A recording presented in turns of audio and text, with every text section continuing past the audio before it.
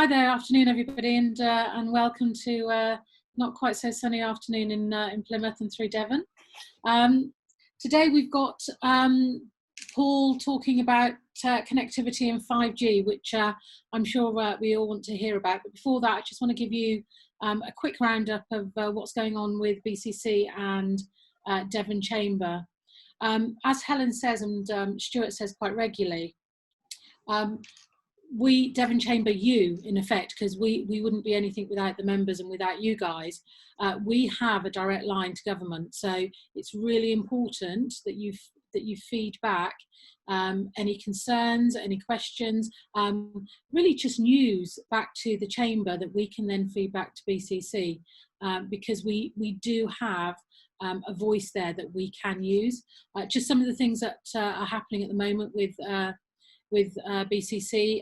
The quarterly economic survey comes out, actually that comes out tomorrow, the 1st of July. So keep an eye on that in your inbox, and thank you to everybody that contributed to that. It is really important that you do so, because then that gives us a true indication of where we are. I know that BCC are also working with government at the moment in regards to releasing the next steps with the lockdown.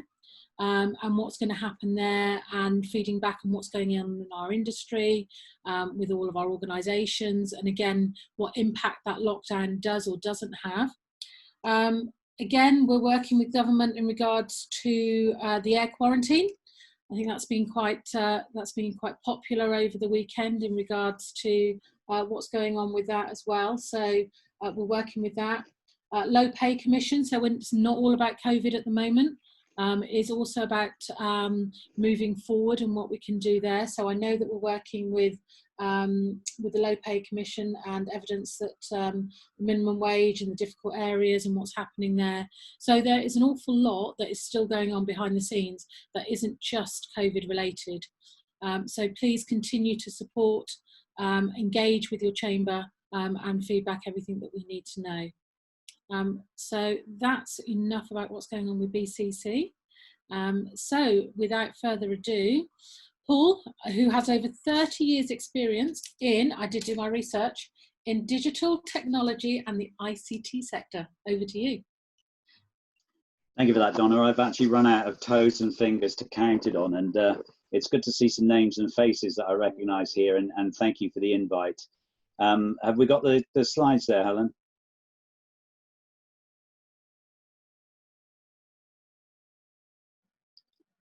The glasses going on. Slides to come up. Sorry. I will hang on a moment. I had to move off, didn't I?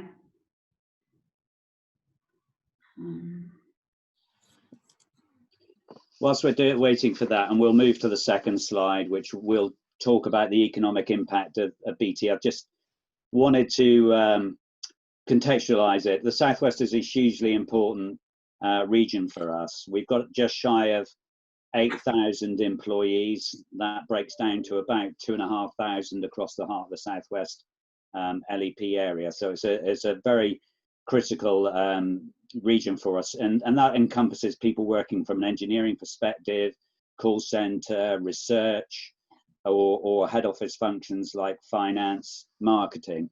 So it's about a 1.3 billion impact for the region that we have. And one that I'm particularly proud of is we spend about £211 million with local suppliers. So if any of you on this call are potentially interested in selling to BT, please just Google selling to BT, and you should find your way through to a link that enables you to pitch your products and services to see whether we'd be interested. I'm particularly keen to grow that. Next slide, please. Now, I'm sure you've all seen the dramatic changes we've had to undertake to keep our businesses going and our home lives going through this COVID period. It's been fascinating to watch our network and to see whether it's been holding up during this enormous wave of home working and homeschooling. And thankfully, it has held up, broadly speaking.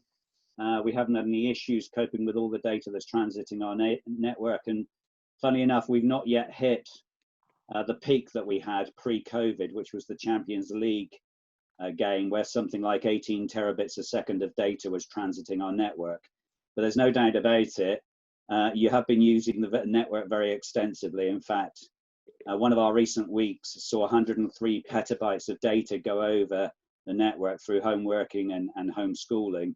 To give you a sense of what that means, 103 petabytes, if I just take 1 petabyte, that's equivalent to 13 years of a constantly streaming HD video.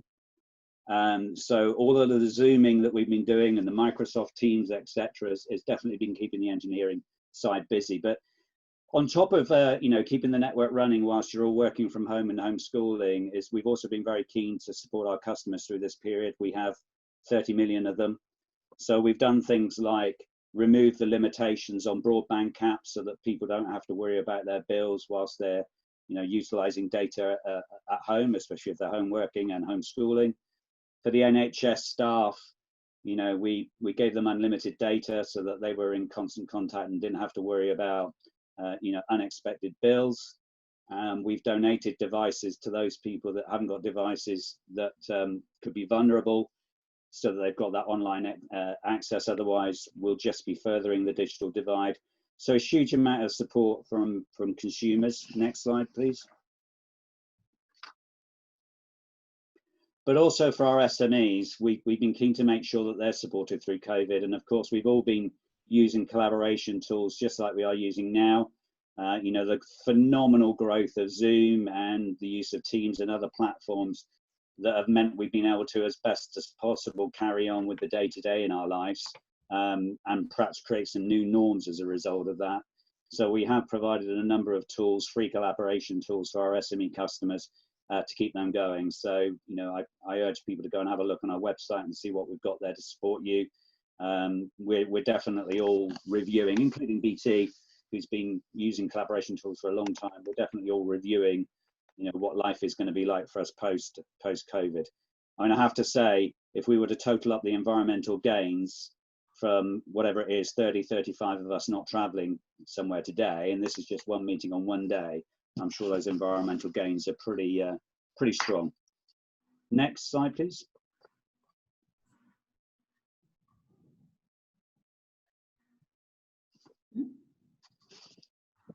Hopefully that will tick over in a minute.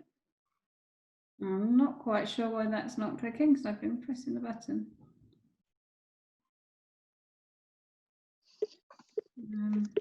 Technology. It was working. It was. I'll talk to it anyway, but the next slide is talking about our Skills for Tomorrow campaign, which is us leaning in and committing to equip 10 million people with the digital skills they need to flourish in this increasingly digital world. So we've been doing a lot around a spectrum of activity, whether it's for parents and children. So our Barefoot Computing campaign, which is out there to help primary school teachers teach the computing curriculum, is having really strong impact. I think we've reached about 70% of schools in Devon. To give you a sense of the benefits that's bringing, is that when we surveyed teachers who'd engaged strongly with Barefoot, they were also noticing a 96% improvement in maths and about a 70% improvement in English as well. So although it sounds like it's a computing program, it was having some really interesting impact on core subjects like English and maths. From job seekers' perspective, we're doing a lot around our Work Ready program to help people with CV writing, interview skills, etc. And we put hundreds through that. Typically, we would do that in a face-to-face environment, but that's had to go online. So we will do more of those to help people, through this challenging time. I know that the government is very excised on the 16 to 24-year-old bracket, and so that will be a key help, hopefully, if we can do that at scale. We're funding 73 online centres, one of which is in Plymouth, to help older people gain the digital skills they need to stay online. And we've also been working with asylum seekers as well, so that they've got the digital skills they need to thrive. And there are pretty much daily or every other day webinars for small businesses to help them with this, this online world for those that haven't engaged with it. And we're seeing some brilliant success stories with people that are engaging and learning new skills around digital. I think necessity being the mother of invention. Next slide. Oh, you've got the next slide. That's good. We had a major, the slide you've got now shows our major campaign we had with ITV taking over ad breaks. So we had Claire Balding talking about how to use WhatsApp, Jake Humphrey, how you get your business online, David Williams, family time. But the Thurn Cotton one, I think, is interesting. We talk about productivity in this sort of new online world that we're inhabiting during COVID, and certainly I'm hearing lots of stories of upticks in productivity. And that sort of doesn't surprise me from an early, stage of this of the COVID experience.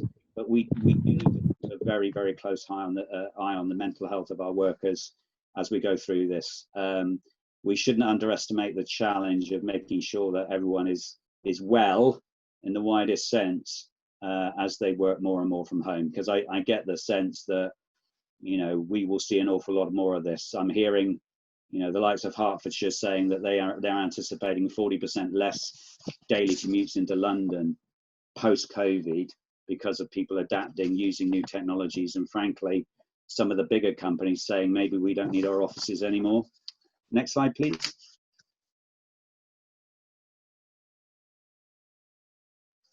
Looks like it's frozen again, Donna. Okay, well, I'll talk to the next slide whilst the slides catch up.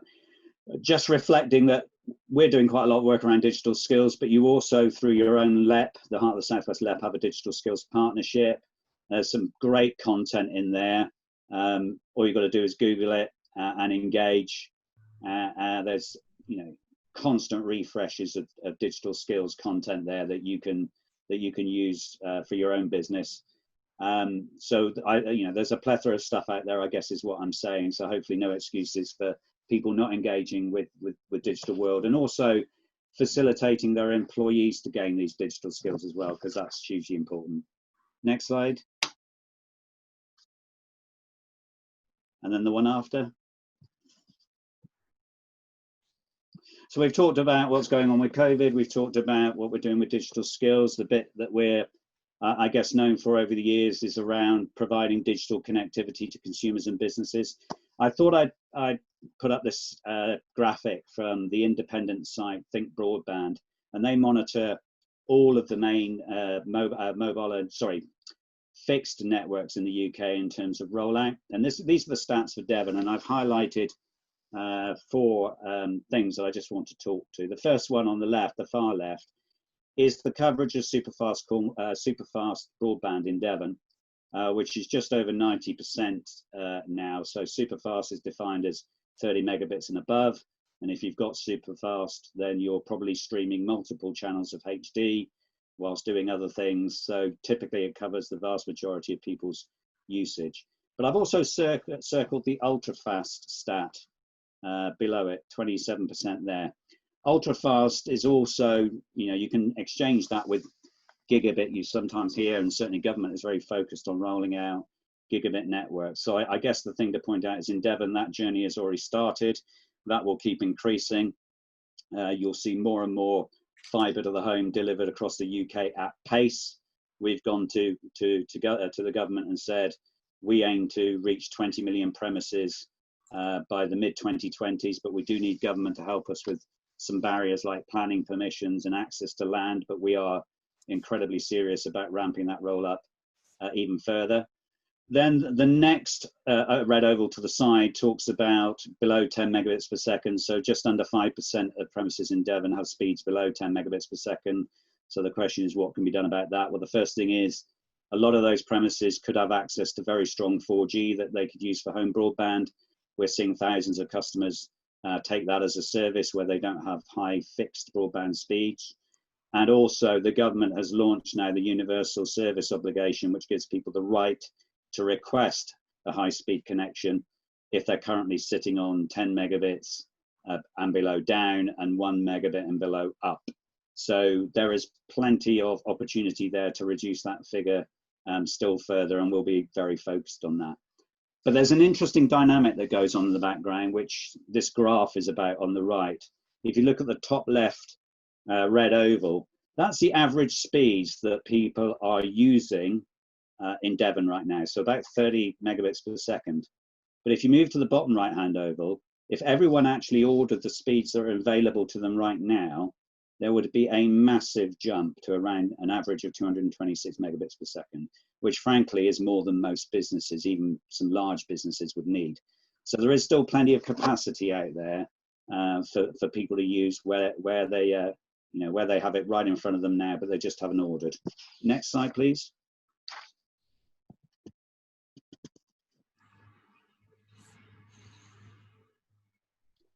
Okay, we'll just wait for the slides to come up. I'll talk to it. The next slide is about our 4G coverage. BT owns EE. EE won the contract to roll out the emergency services. Just one back, Donna, thank you. That's it. EE won the emergency services network contract a few years ago, which is going to be the new network that the police, fire and ambulance will use.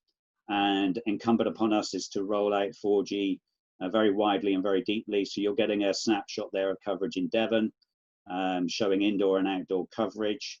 That we haven't finished yet. There's still more rollout to come. One little thing I would say is that if you have got an older phone, they won't necessarily access some of the 4G frequencies out there. So check whether your phone's quite old. If you're not getting the coverage you think you should be getting, an upgrade, you might notice a heck of a difference, because we're rolling out new spectrum to support the emergency services network contract. And as I say, more network rollout to come out from a 4G perspective. And also, we just as an industry announced the Shared Rural Network initiative, which the government is delighted with, because industry has said that it will use its own money to enable rollout in not spots through the likes of sharing masts and sharing technology. So that's the current state of play, but more to come. I will talk about 5G probably on the next slide. Yes, if we could, the next slide. BT is the third highest spender on R&D in the UK. There's only 2 companies that spend more than us, and our research teams are very heavily focused on the recognition that people are using Wi-Fi, they're using 4G, 5G, they're using their fixed network, and actually that is quite often at least 2, sometimes 3 different bills. The usage allowances can be different, it can be complex in terms of switching between networks, and inconsistencies around coverage and speed. So what you'll see in terms of major investments from us over the next 0 to 5 years is a focus on merging all of those networks together, so that frankly you don't care how you're connected, you just are. That is the experience that people want. There are some technology challenges behind that, but BT as a company will be very focused, and in a minute I'll talk about the scale of investments that we're making to achieve, we call it convergence, but hopefully for you guys it will be that seamless experience as we crash these networks together and make them look and feel and act as one. Next slide, please. Just back one, thank you, Donna.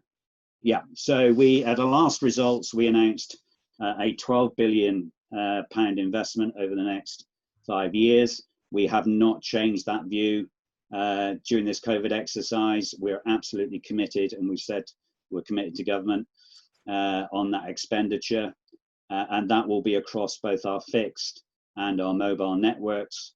So that fibre to the door rollout will be accelerated massively. We have said to government there are some policy levers that they can pull to enable us to do that quickly. So we are talking to them very regularly about that. Our 5G rollout is underway across 80 towns and cities, and we've got quite a few locations planned across the southwest, which hopefully we'll announce over the next 0 to 12 months. 5G will be subtly different than 4G. It isn't really about 4G and faster. 5G really will be about how you can create new applications where you need the latency characteristics of 5G primarily, plus a bit of speed, to achieve some interesting new applications in the robotic space, potentially in agriculture as well, and in manufacturing. So there's some hugely interesting opportunities there. The digital skills programs will continue with. All of our investments will come to naught if the networks aren't utilized. So it's really critical that we help people understand this digital world so that they thrive. I think there will be new significant market opportunities through, post-COVID, that we'll realise because of this online world that we've had to inhabit over the last few months. I am really very bullish about the Southwest opportunities, if I'm honest, around technology. Outside of the day job, I sit on the advisory board of Tech Southwest. We're putting some asks into our local MPs and others to say that actually Southwest is the place to invest. I'm certainly hearing stories of people that want to look at the Southwest to invest and create new businesses. And I think the more digitally ready in terms of skills we are, the greater opportunity that the region will have. And I've just put a strap line in there from a piece of research that we did that, through a full fibre rollout in the Southwest, and assuming everyone uses that fibre, we could see a £4.3 billion boost to the economy. So it's critical that we can roll out the full fibre as soon as possible, but perhaps more critical is ensuring everyone's got the skills and opportunities to use that capability so that we do thrive as a region, because I genuinely think we've got some huge opportunities. I think that was it. Thank you, Paul, for that, and some really interesting and really enlightening in regards to what you do and what BT do, as opposed to just doing what we envisage BT to do. So there's a lot more going on in the background, so that's really interesting, so thank you. I've got a few people on the chat here who wanted to ask a couple of questions, so I'm just going to go through those, and if you want to make yourself known as I ask them, please do so. So Mike, I'm not sure which Mike, but I've just got Mike. Mike wants to know, will 5G replace broadband? No. So spectrum is very expensive. And I do hear people saying 5G will replace, fibre broadband. It won't. It'll be complementary.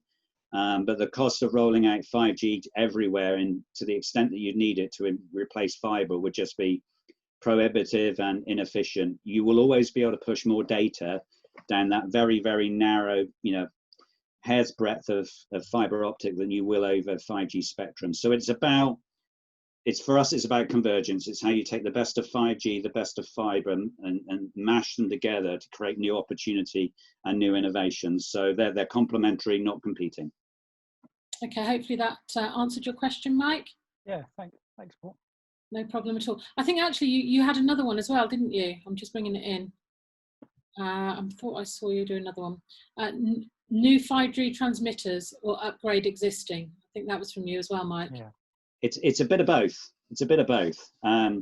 We have been having some challenges with conspiracy theorists trying to burn down our masts. I've had, despite our engineers being key workers, I've had over 200 attacks on our engineers since the beginning of COVID.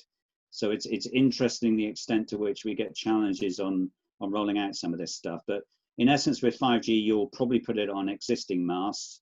And once you've done most of that, you might start looking at new locations. Okay, that brings me in quite nicely to something that somebody else has mentioned. And actually, when I did a little bit of research, you have got protesters. It's known in regards to, is 5G dangerous and affecting your health? I just want to bring that up and get your thoughts on it. Yeah, I mean, as you can imagine, we've been running mobile networks for, I don't know, probably 4 decades now. I cannot think of an experiment that's been carried out more times than a mobile phone call, right? I think the last time I checked on an individual county, Somerset had something like 6 billion 4G calls in a 6-month period. So we're pretty clear by working through bodies like ICNIRP that produce guidelines on radiation, the World Health Organization, that this is safe. And our regulator regularly tests our sites to make sure they're broadcasting within the agreed safety standards. So it is something that we take incredibly serious, incredibly serious. Okay, thank you for that. And our next question is from Russ Cole. Hi. Hi, Russ. I think your question is, BT engaged with 5G for Smart Sound? So I have had some conversations with the Smart Sound team that looked at a range of technologies, including, without going into the depths of it now because we won't have time, a technology called narrowband Internet of Things radio technology. So I'm keen to carry on with those conversations. They went quiet, but I've certainly had initial conversations with them. Okay, that's good. Thank you. Thanks, Russ. I'm not sure how to pronounce it. Itwit. Not sure. Anyway, it's Liz Twite. I'm so sorry. I do. That's all right. do you want to ask your question? Yeah, I live at the end of, in a very rural part of North Devon, at the end of a 7-kilometre piece of copper cable. Yeah.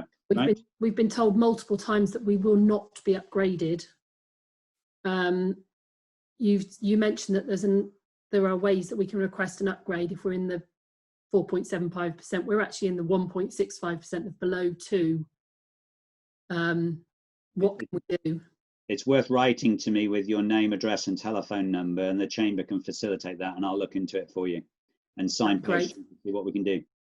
I've had an amazing number of people that, you know, whilst I said, you know, 90% is covered, you know, where some people have not got those sort of high speeds, 4G has been able to take up the slack in a good number of those areas. But let me look at that individual case and we'll see what we can do.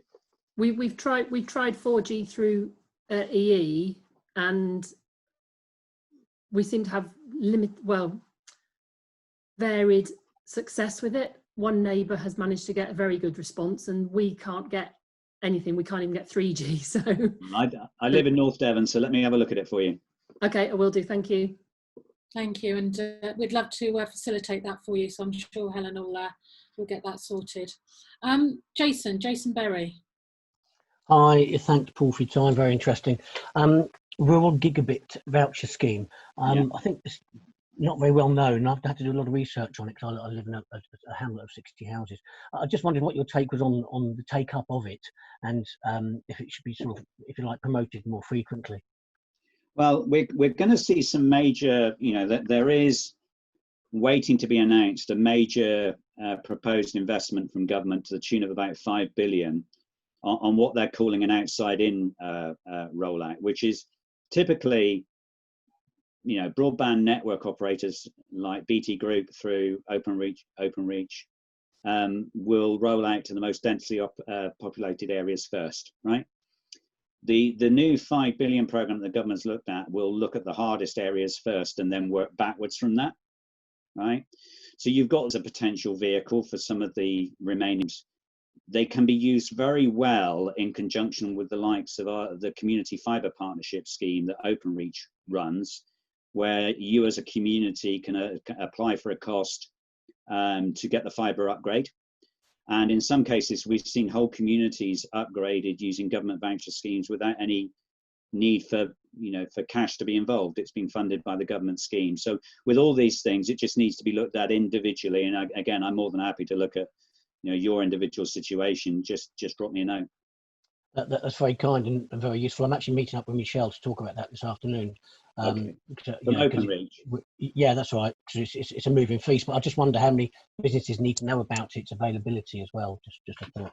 Yeah, it's you know, we've used it extensively. It's been great as a targeted intervention. So if you're having the conversation with Michelle Maidment, then great, crack on with that. Michelle's great. Thank you. Thanks for that.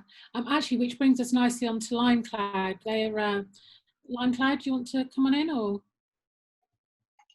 no? Okay. Yeah, sure. The question was. Hi. Oh, carry on. Lovely. Go on then. So, hi, Paul. It's Paula. Hi, Paula.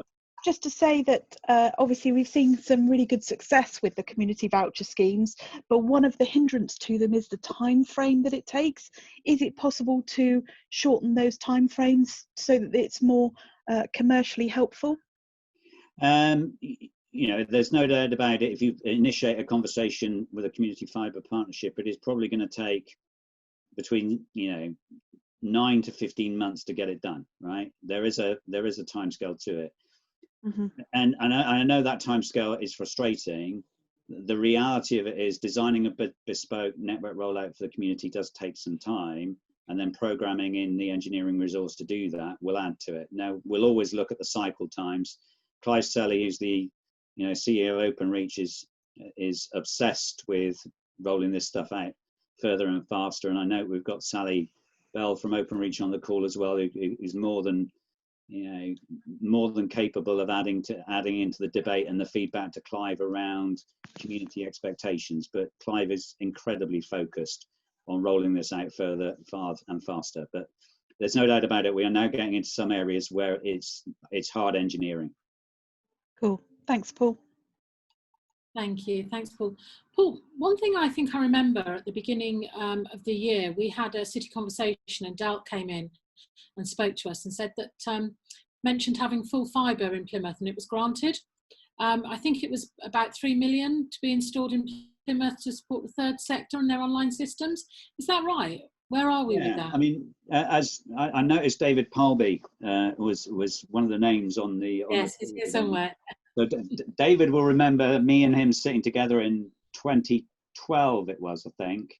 And David was very vociferous about the need for broadband in Plymouth. And pretty rapidly, we had Plymouth, almost in the position of being a top 10 city in the whole of the UK for fibre broadband coverage. We recognised the passion and we did an awful lot of engineering. And I think Plymouth has still probably got one of those top 10 positions. But what the council has done is applied to government for something called local full fibre network funding, which it got. And it then went to a tender effectively to choose a supplier, and that's BT. So we will be rolling out even more full fibre into Plymouth. Now, one of the interesting things that will do is that because we'll be rolling out more core network, it'll mean that core network will be available in more parts of Plymouth that can then be built out from there as well. So there'll be an initial impact in terms of premises and locations that can be covered, typically public sector estate, but actually that creates points of presence that others can then build further out from. So I'm excited by that. That will be in delivery phase imminently, and we're pleased to be working with the council. Brilliant, thank you.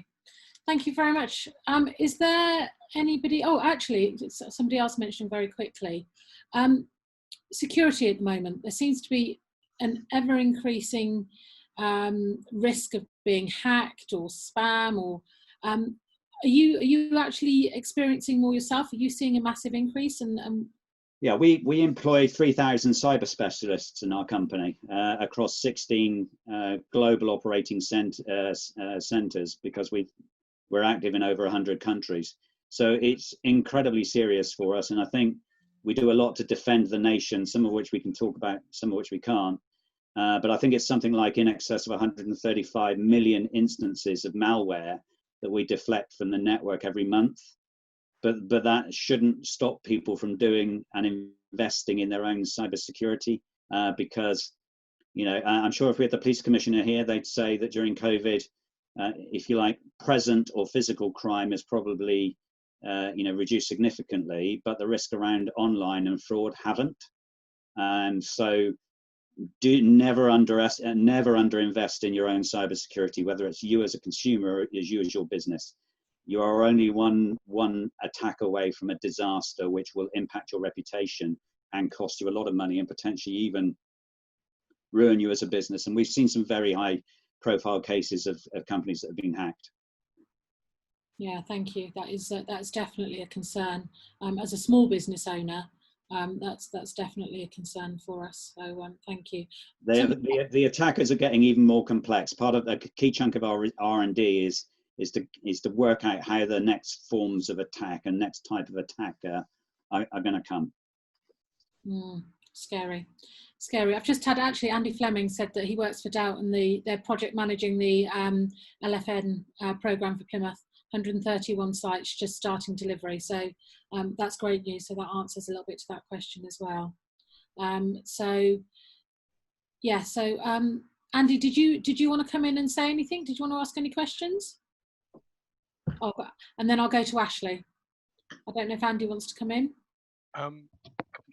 Yeah, sorry, I've got my headset connected. No, just to say that the BT are won the tender competition and is. I'm the project manager for Delt, managing it on behalf of PCC and surrounding organisations who are part of this. But yeah, it's all go now with the initial wave of fibre installs to start over the next few months. There is a page on the Plymouth City Council website which has a bit more detail and gives a contact, an email address, if people ever had queries or questions on it. Thank you. Thanks very much for that, Andy. Ashley, sorry, I didn't see your hand. You were on my my other screen, so I do apologise. Do you want to come on through? Yeah, thanks for that, Donna. First of all, thanks for the feedback today, Paul, and your presentation. Very interesting as always. Something has been mentioned so far. I'm just wondering if Brexit, and especially a hard Brexit, would impact on business rollout or delivery in any way. You know, from a Brexit perspective, our key concerns as a company, and I guess as an industry really, are one, you know, we've got 30,000 employees not in the UK, so we need to have a talent flow between us and the rest of the world. Otherwise, that hampers us as a business. So talent flow is an issue. How you transit data and data ownership across borders is an issue. And frankly, if we're to accelerate fibre rollout even faster, there is a school of thought to say we might need outside engineering talent bringing into the country to do it. You know, if you go to Australia as a telecommunications engineer, I think you fly through. I don't think you even have to go through the point system. So that's something that may need to be looked at. But in terms of our investment, no. We've made it absolutely clear at the last results that the 12 billion is there to be invested, and we're working with government to try and pull some policy levers that will enable us to do that very, very quickly. You know, we're reaching, I think it's something like 24,000, something in that order of houses every week with the new fibre technology. So it's an aggressive rollout, and we want to do even more. Okay, and have those concerns been expressed either directly or indirectly through CBI, BCCI, etc., to government? Yeah, we do. We have a corporate level partnership with CBI, so these are, you know, consistent conversations we have. I sit on the CBI regional board as well, so I bring that up at the CBI regional piece as well. So yeah, we're in a very regular dialogue. And thinking back to when Boris made his victory speech, I think full fibre was number 2 on his list of commitments. So the government is listening. There are definitely some policy levers that they can pull that can help industry, not just BT and our engineering division Openreach, but the whole of industry do these things quicker. Okay, thanks. Okay, thank you. Are there any other questions? Anybody else like to ask Paul anything? I can't see any hands up. Anybody I'm missing? No, that's wonderful. Well, Paul, thank you so much for your insight and obviously knowledge that you have in regards to the 5G, what's happening with the technology, etc., down into Devon. And actually, thank you for championing us in the first place, by the sound of it, along with David Polby. So thank you very much for that. Let's hope we can get some of those spots that aren't quite as fast as they need to be looked at. I know that Helen's put your email address in the chat, so if anybody does want to email Paul directly, his email address is in our group chat. So you can please do that. Thank you everyone for coming along today. Helen, would you like to say anything about any of the up and coming events in regards to the future ones? Yeah, please. I mean, I'd just like to echo your thanks again, Donna, to Paul, because it's been very insightful, I think, this afternoon. Gives us a real good impression that there is something happening there and that we are going to be well supported. So that's great. Thank you, Paul. For future events, our next event is actually on Thursday morning, where John Cooper and Ashley Borthwick from Womblebond Dickinson will be joining us again to look at returning to work safely. Hugely important, as more of us are returning to work, to make sure that we're doing it properly and compliantly. And also, if some of you may remember, a couple of weeks ago, Jason Berry talked us through the toolkit, which is really, really useful. People are finding that incredibly helpful alongside that. So that's on Thursday morning. So grab a cup of coffee and join us Thursday morning. And next week, next Monday afternoon, we're looking at the hospitality and tourism sector getting back to business and how that's going to impact on our part of the country particularly. So we'll have Destination Plymouth, we'll have Visit South Devon and Visit Dartmoor represented, and also taking an exclusive look at what's happening with Mayflower 400 since that's all been disrupted. So lots to look forward to, and I hope to see you all again there. Lovely, thank you. Thanks for that, Helen. And thank you everyone for the support again, and we look forward to seeing you at one of our next